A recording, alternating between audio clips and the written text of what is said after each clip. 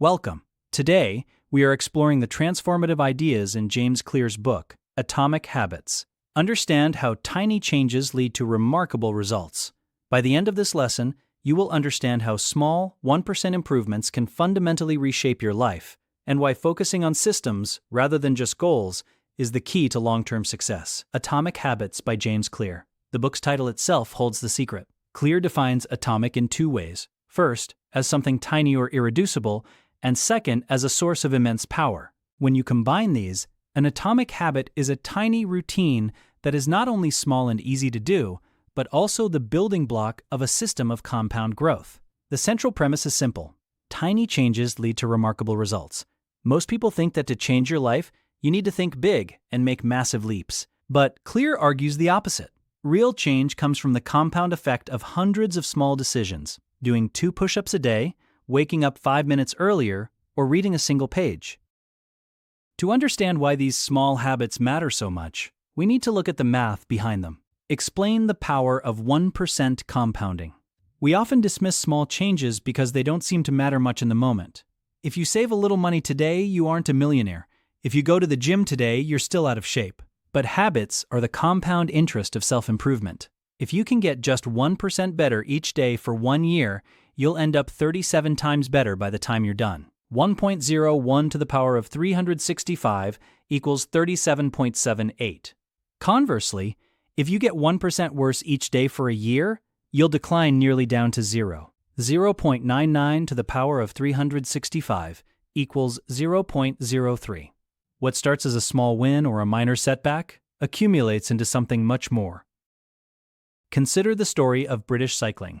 For 100 years, they were mediocre.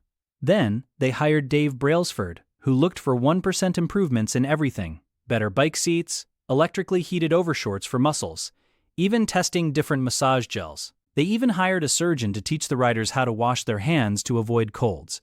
5 years later, they dominated the Olympics. By making 100 tiny changes, they created a massive result. Your life works the same way. Your outcomes are a lagging measure of your habits. One of the biggest challenges in building new habits is that we don't see results immediately. This leads to what James Clear calls the plateau of latent potential. Our learning objective is to identify the valley of disappointment. Most of us expect progress to be linear. We think that if we put in the work, we should see a steady increase in results. But in reality, the results of our efforts are often delayed. Early on, you endure a valley of disappointment. You feel like you're working hard but not going anywhere. This is where most people give up. However, your work isn't wasted, it's being stored. Think of an ice cube in a cold room. You heat the room from 25 to 31 degrees. Nothing happens. The ice is still there. Then, you hit 32 degrees. Suddenly, the ice melts. A 1-degree shift unlocked a huge change. That 1 degree wasn't more powerful than the others. It was simply the threshold that unleashed the potential built up by all the previous degrees. When you finally break through that plateau, people will call it an overnight success. But you know it was the work you did long ago, when it seemed like you weren't making any progress, that made the jump today possible. To get better results, you must persist long enough to break through this plateau.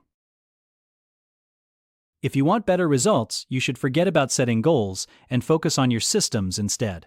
Our learning objective is to differentiate between goals and systems. Goals are about the results you want to achieve. Systems are about the processes that lead to those results. For example, in sports, if you are a coach, your goal is to win the championship.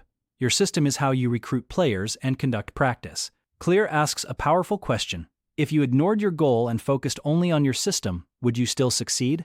For a basketball coach, focusing on daily practice would likely lead to victory regardless of the scoreboard. Clear identifies 4 major problems with a goals-first mentality.